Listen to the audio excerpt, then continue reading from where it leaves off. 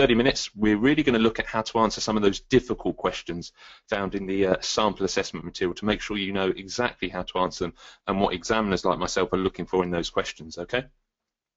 Now, to begin with, it's worth noting that your exam is weighted really heavily in terms of AO2, which is application of knowledge, and AO3, which is evaluation. It's really 2/3 of your exam are those two skills, which is an awful lot higher than it was this time last year. Last year it was around 20% for both of those areas. This year it's 60%, or nearly 2/3. So knowing how to answer those questions is really, really important to nailing your exam. So we're going to focus a lot really on those two types of questions where students have typically struggled. In terms of the structure of your exam, it's worth noting, some of you might not be aware of this, that actually if you look through the sample assessment material, there's a really clear pattern that emerges in all of the topics. So this will be the same for all of them. The first question tends to always be a really short answer multiple choice question or just a definition question. Question 2 is then typically sort of a longer answer, AO1 or AO3 question, a 4 or 6 marker, and then it's then at question 3 where the exam really starts with these sort of difficult AO2 questions, okay? And then for question 4, that's where the essay questions will come in, or a combination of a long answer AO1 question, a 6 marker, and a long answer AO3 evaluation question. So we're going to focus on those two, the AO2 and AO3 questions today. Okay, another thing to bear in mind, in particular in social psychology, which makes this unit somewhat trickier, is there are two types of essay questions. There's describe and evaluate two studies questions, and then there's the describe two explanations. And we're going to talk a lot about those two types today and look at a particular question. And it's worth noting that those questions are evenly distributed in terms of the mark bands. So you can get an either 8-mark or a 12-mark variation of those questions, and in both cases it's worth half for AO1, half for AO3. The only other thing to sort of bear in mind at this early stage is that AQA have introduced for the first time ever an essay question with an application element to it, okay? And we're going to look at those in particular in this webinar because actually those are particularly tricky to answer. But actually if you look at the marks awarded for those that are on screen now, they're not as hard as you think because the application element of it is only worth 2 marks, okay? So it's worth bearing that in mind. 3 real aims then. So we're going to look at the structure of those 2 different essays I mentioned a moment ago. We're going to practice answering some AO2 questions, and I'm going to give you some exam predictions. So we'll finish this evening with me saying what I think might come up, so worth staying around for that. There will be the PowerPoint available to download at the end, and there will be the handout available to download, so we'll mention all of that at the end for you, okay? Right, to begin with, so we'll look at those essay questions, so looking at how to structure 2 different essays. And I'm going to give you the example. Let's imagine that you encounter either one of these 2 questions in your exam. One variation might be describe and evaluate 1 or more studies of obedience, 12 marks. The other question might be discuss 2 explanations of obedience, okay? Now, many students think that these 2 questions are actually the same, and when I've marked for AQA, what you often find is that students write exactly the same answer to both questions, and that's a real mistake, okay? The first question on the left is actually asking you to outline research, studies of obedience, for example, Milgram, Elms and Milgram, or Bickman. Whereas the second question wants you to outline and evaluate different theories of why people obey, okay? So very different questions. Let's look at that first one then to begin with. So describe and evaluate 1 or more studies of obedience, okay? Now here the key is if AQA say 1 or more, you can actually just do 1 and still get full marks. So you can describe 1 study in detail, which I personally recommend, or you can do 1.5 studies in less detail, and I'll discuss what I mean by half a study in a moment. Either way, the key is you're aiming for 6 critical points or 6 key points, and I'm sure many of you will know, you might call it different things, but what you're looking to include is an aim, a method, results, and conclusion, okay, with 6 key points embedded. If you go down the sort of 1.5 studies route, you're going to do 1 full study, aim, method, results, conclusion, and then a second study, a half study, where you just really focus on the results and the conclusion, okay? Now, for the purpose of this question, we're obviously going to focus on the most obvious study, which in this case would be Milgram study, okay? Now, let's imagine I want to just outline my 1 study. I'm going to give you an outline, which will be on the handout you receive. The real key is here is keeping it concise. You certainly don't want to be writing anywhere near 100 words or more than 100 words here. So I'll give you mine here. So if I wanted to outline this, including 6 critical points, I might say something like the aim. Milgram wanted to see if ordinary people would obey an unjust order from an authority figure. Picked up a mark straight away. Then go into the key details of the method. Don't waffle on about what Milgram did and describing it sort of in beautiful prose. Just get to the key details. 40 male volunteers took part in what they believed to be an experiment on punishment and learning. And of course that meant they were deceived. He didn't tell them the true aim. The real participant always took on the role of the teacher. They had to give an electric shock to the learner, a confederate, which is a key term again, so you get marks for those, every time he gave an incorrect answer. Okay, picked up 2-3 marks already there. Results, 65% went to the full 450 volts. I've picked up a mark, key knowledge there, and 100% went to at least 300 volts. Okay, again, more key points I'm including. The conclusion, therefore, we can suggest that under the right circumstances, most people will obey an unjust order. Okay. Now, most people don't struggle with the outline, so that's the outline. 100 words exactly if you want to count. I did check earlier because I clearly don't get out enough. And you've got an outline beautifully done there with just one study, so I wouldn't advise doing a second one. In terms of evaluation, for this particular essay, to describe and evaluate one or more studies of obedience, the real key here is that you're going to bring in some methodological or ethical issues with Milgram's research, okay? And in social psychology, the beauty is, in a way, that the points I've given on screen now, ecological validity, population validity, historical validity, and ethical guidelines, apply to nearly every single piece of research you will encounter in social psychology. So if you know these points well, you can pretty much answer any question in social that comes up, okay? The key to structuring evaluation is to make it effective, okay? We're really looking for the quality of the points, not the quantity of points, okay? So you're better off having 2 developed points in detail than trying to cram in 3 or 4 points, okay? So I'm going to talk you through one now, one that's commonly answered not that well, okay? So you always start with your point, okay? Many schools call this the Berger technique or the P paragraph. Doesn't matter what you want to call it, okay? Start with your point. So a limitation of Milgram's research is that it lacks ecological validity. I'm stating what I'm going to go on to talk about. Now the middle section is the most vital, the most important section, okay? The reason teachers call it the Berger technique is because it's the meat of the burger. It's the most important element, okay? What you need to do in the evidence and what examiners are looking for is for you to contextualize the point you're making. What is it particularly about Milgram's study that lacks ecological validity, okay? Now, in this case, I've said here, Milgram's experiment took part in a laboratory at Yale University, and the mere idea of being ordered to give an electric shock during a memory experiment on punishment and learning is really unrealistic. I've never been asked to do that. I'm pretty sure none of you here have either. So therefore, everyday examples of obedience normally don't involve such extreme requests, okay? So I've contextualized, I've said what it is about Milgram that lacks the ecological validity. What is it about that lab study? The final point, and actually in a way this is equally important, is for you to then link it back, explain, well, why does that make this a problem for his research? What can't we do with those results now? And the real key here, I would always start, because it essentially tells the examiner what you're doing, with this phrase, this matters because. So if you say, well, this matters because we're unable to apply these results to everyday situations, and therefore we do not know that people would demonstrate high levels of obedience in normal situations, for example, from a police officer, you've finished your point there. And that would be, if I do say so myself, one perfect paragraph.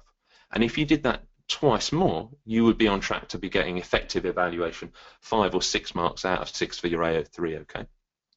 A final point to note is that your essays now are marked holistically, which means that if you don't include evaluation, immediately you can't get out of mark band 1, so you're getting 1 to 3 marks. So you must include some evaluation in your essays to ensure that you don't bring down your AO1 section. You have to have a balance of knowledge and of evaluation. So that's really key.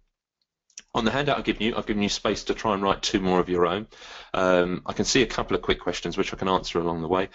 Population validity in this case is that Milgram's participants are all men, and therefore we don't know that females would obey in the same type of way. And historical validity is the idea that this study was done 50, 60 years ago now, and therefore we don't know that people in 2016 would obey in the same way as they did back when Milgram conducted his research. I'll let you try those out for your own. Okay. On to the second type of question, and this is probably the trickier of the 2. Let's imagine your question was discuss 2 explanations of obedience, and actually the exam can dictate the number of studies, like this one has done, asking you to talk about 2. Now, what's interesting here is that the essay question is very, very different, and therefore demands a very, very different structure to write in that question, okay? The first thing I want to point out is that the word discuss actually just means outline and evaluate, and it's a real shame because I think students often don't know that, and what happens is they see discuss, they don't evaluate, and therefore they lose 2/3 of their marks because they can't get out of mark band 1. Okay, so if you see discuss, it just means outline and evaluate. If in doubt, 12 marks has to be an essay, therefore evaluation is included. Okay. The second thing is this is where knowing your specification really helps, because actually I've put on the screen now a screenshot from the specification for AQA, and you'll see here that explanations of obedience is one of the points they list, and then it goes on to list numerous points, which means this essay is really asking you to explain any 2 of the following. So agentic state, legitimacy of authority, proximity, location, uniform, and authoritarian personality. Okay. So really, you're picking on 2 of these different explanations. Now, for ease, I'm just going to go. I'm just going to go with the first 2: agentic state and legitimacy of authority. Okay. So those are the 2 that I'm going to select for this particular essay. So I've decided what to. Now, this essay structure is very different. In the last essay, you did all of your knowledge first, followed by all of your evaluation. This one doesn't quite work like that. So what you need to do here is make your point to begin with and use the question wording to show the examiner you're answering the question straight away. So I would straight away start with a point. One explanation of obedience is known as agentic state, or agentic shift, some books call it. Explain what that term means. Okay. Here an individual carries out the orders of an authority figure and acts as their agent, okay, which allows them to deny the responsibility themselves. What you then need to do, and this is where you then bring in your evaluation, is you bring in a study this time to support your theory, okay? And you'll see how I've done it here. So I've said evidence to support this explanation comes from one of Milgram's variations, where an additional confederate gave the electric shock on behalf of the teacher. In this variation, the obedience level went from 65 to 92.5% of participants going to the full 450. Now, to answer a question I spotted in the chat already, you don't need to know the percentages exactly. What you do need to know is that obedience went up. Okay, but examiners do like fine detail, and if you know them, even better. Now, it's really key to not stop here. So you've made your point, you've said where the evidence comes from. What you then need to do is, well, explain how does that evidence support the point you made. So you're then linking it back, okay, like a giant burger paragraph, really. And you'll see what I've done there is said, well, this supports the idea of agentic state because the teacher could shift his responsibility onto the other person, which allowed him to deny his own personal responsibility, okay, which then made him more likely to obey, which explains that obedience level going up. At this point, I'm halfway through. I've done one. You then repeat that process and do exactly the same again, okay? The second point I said, so we're going to talk about legitimate authority here, okay? Another explanation of obedience is the idea of legitimate authority. Here, a person is more likely to obey if they believe the authority figure is real or genuine, okay? Which makes sense. Again, going to bring in my evidence. The evidence to support this idea comes from a different Milgram's variations, and in this one was where the experiment was replicated in a rundown building in Connecticut. So the original was done at Yale University, prestigious university. This one was done in Connecticut. And I go on to say this, in this variation, the obedience levels dropped from 65% down to 48%, okay? Again, most important bit is I then have to say, well, how does that evidence support my point, okay? And this is my evaluation. This is me saying, well, this is how I can support my point. So the idea here is that this supports the idea of legitimate authority, as all of the participants did not believe that the context was legitimate, and therefore they were less likely to obey. Okay, so that is my evaluation to support my point. And that's all you need to do for this essay. So you make your point, and then you bring in evidence to support that point and explain how that evidence to supports it. Okay, so 2 very different styles of essay. So just to recap where we're at, we've looked at these 2 questions. So describe and evaluate 1 or more studies, or discuss 2 explanations of obedience. And for the first essay, you'd start with your knowledge, your AO1. You'd either outline 1 full study in detail or 1.5 studies in less detail. And then you bring in your AO3, your evaluation, to discuss 3 methodological or ethical issues, which could include any of those that I've mentioned on screen. So that's if you get the first essay. If you get the second one, you're kind of combining the 2 skills as you go through. So you start with your outline of the explanation. You bring in your supporting evidence, okay, which is your evaluation in a sense. What you must do is then say, how does that evidence support your explanation, as we did just a moment ago, okay? And you'll see there, do that twice, and again, you've answered your question. So those are the 2 types of essays. Now, to make matters slightly more confusing, what AQA have done this year is introduced essays with what's called a stem or an extract, okay? Let me give you an example. Here's one I've adapted from AQA, but could easily come up. So it reads here, a senior army instructor, David, is advising one of his new instructors, Rob, on how to ensure discipline in the training classes. He says to Rob, always wear your instructor's jacket and stand close when giving instructions, okay? Discuss 2 explanations of obedience. So it's the same question we just looked at, but this time referring to David in your answer. And the first thing definitely is don't panic when you get a question like this, because it's not as hard as it appears on the surface, okay? So firstly, don't panic. Secondly, and this is really important, AQA have decided now that the number of marks for these essay application questions will be 6 marks for knowledge, so your knowledge is the same, but only 2 marks for application. So there's not that many marks to gain from applying your knowledge anyway, and then 4 marks for evaluation. So I'm going to give you a technique really to help you just pick up those extra 2 marks, okay? Here though, the only difference with this question is, of course, you need to pick 2 factors which relate to the extract. And what I always advise doing with any application question is highlight in the extract what you're going to use, okay? So I'll give you an example. Clearly, standing close when giving instructions relates to the idea of proximity, okay? So I've highlighted those 2. Someone's already said it, absolutely right. Uniform, of course, always wear your instructor's jacket is clearly hinting at the idea of uniform, okay? So we've got those 2 things that we want to throw in to show that we're applying our knowledge. Again, you would approach it in exactly the same way, and I mean literally exactly the same way. I make my point. So one explanation of obedience is the idea of uniform. According to this idea, we're much more likely to obey a person if they're wearing their uniform, as this suggests they're a legitimate source of authority. So I've actually combined it with a second factor there, really just to show off. I bring in my evidence exactly the same way I did as before. So evidence to support this idea of uniform comes from, again, one of Milgram's variations. In one of the variations, the professor himself was replaced by a different person who was wearing ordinary clothes, and that person came up with the idea of increasing the shocks. And in that variation, obedience dropped from 65 to 20%. There's my evidence. This time round, and the only thing I do differently is I add in my application at the end. So I still say, well, that supports the idea of uniform, which makes some people more likely to obey, as more participants obeyed the professor in the lab coat in comparison to the man in ordinary clothes. Okay. All I do there, just to pick up those extra AO2 marks, is bring in the bit I highlighted in the extract. Well, David told Rob, and this is where you should just quote it, to always wear your instructor's jacket, as this would make people more likely to obey his instructions. Okay, so I would throw in at the end of my point the application just to show you're linking back. And remember, it's only worth 2 marks. That is definitely going to pick you up one of the 2 marks. And again, you would do exactly the same thing for proximity. Okay, and I've given you space. The handouts will come at the end of the session for you to try writing your own version of that. Okay, so that's essays done. So we've looked at essays. Just want to spend a few moments looking at AO2 pure application questions, and I want to focus on a question that will appear most certainly in both papers. AQA have been instructed to include a psychology and the economy question. You need at least one of them to come up across the 2 papers. I wouldn't be overly surprised, okay, if you've got 2 of them, okay, 1 in each paper. So let's imagine you've got the following question. You may have seen it in your studies. So social influence research helps us to understand how it's possible to change people's behaviour.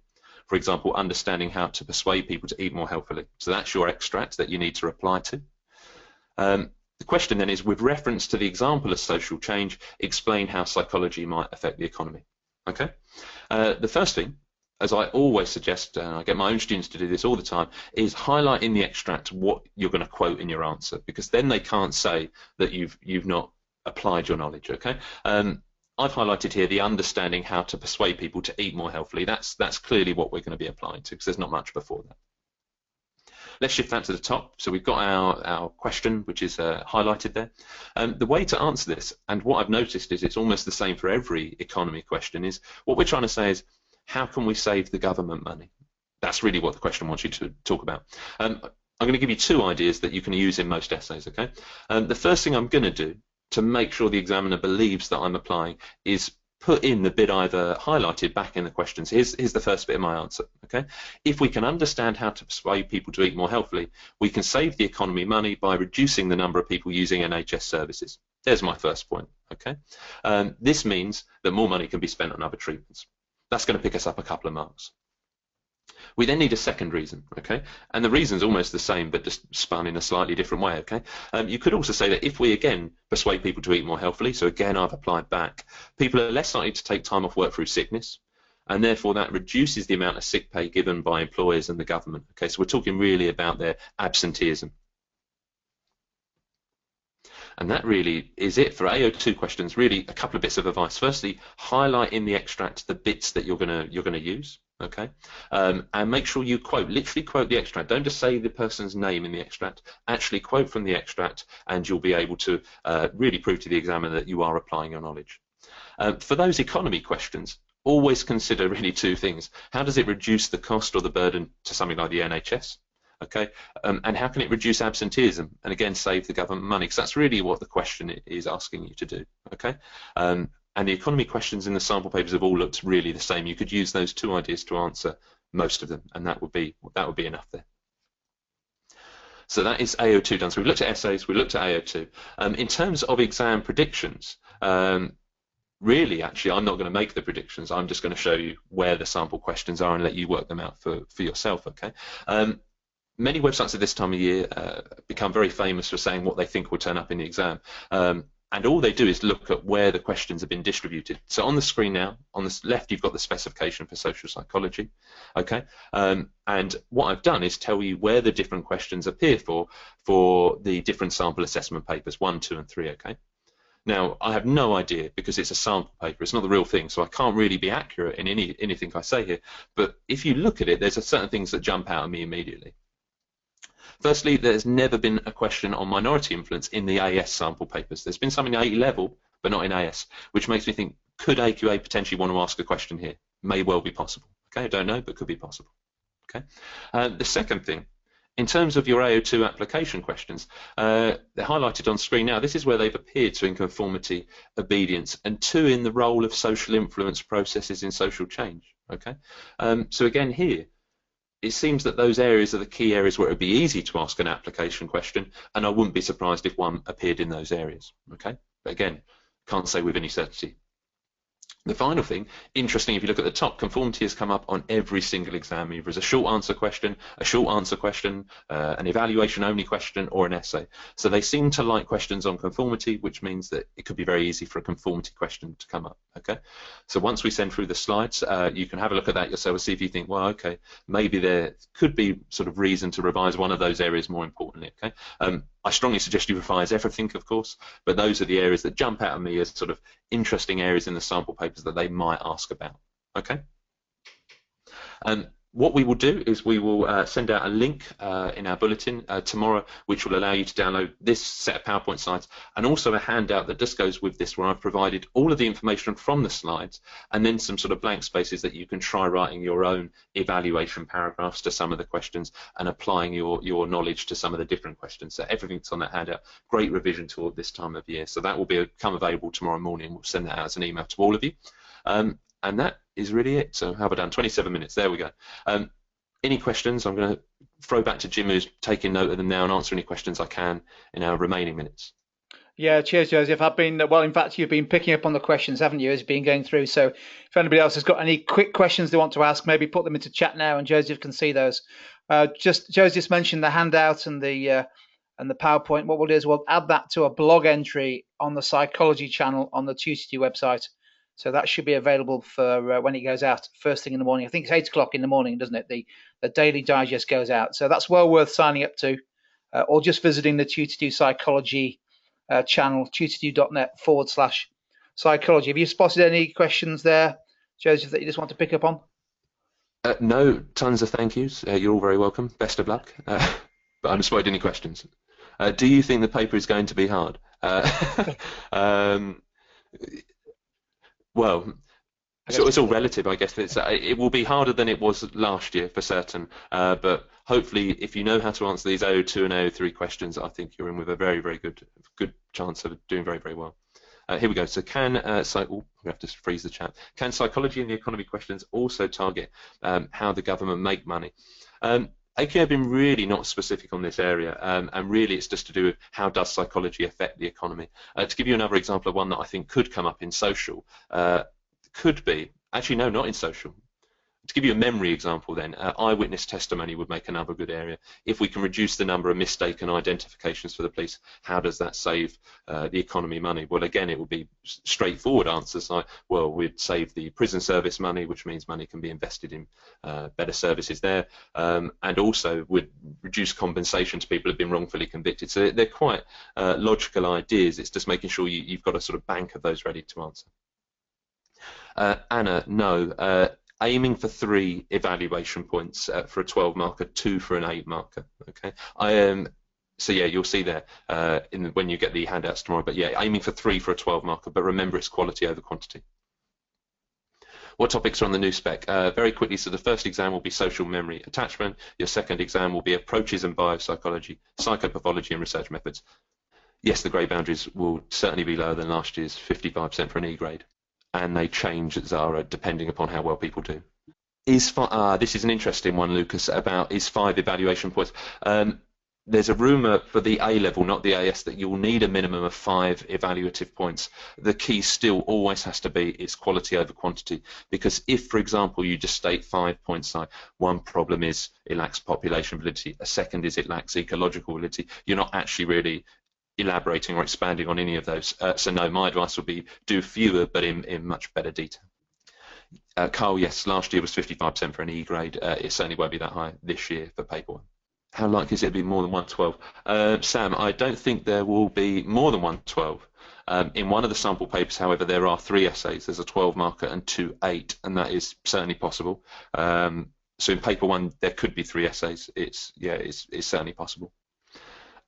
Beth, you would need to tell me what you're referring to. How many AO1, AO2 and AO3 marks awarded for each question? The papers are weighted, so it's really a third in each area. So 33% roughly speaking for AO1, 33% for AO2, 33% for AO3. Joseph, we've come to the end of our time on this webinar. I can see that there's a few more questions coming through. Can I suggest that one way of asking further questions is to contact the team on Twitter. If you send a message to @tutor2psych, that's a good way of doing it. And of course, we're back online, aren't we, in 24 hours with the next revision webinar.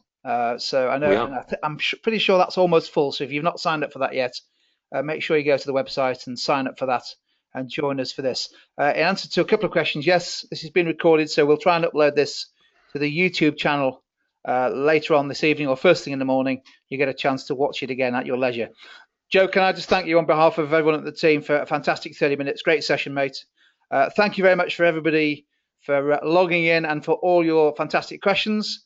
Hopefully we'll catch you in the next revision webinar. So from all of us, good night.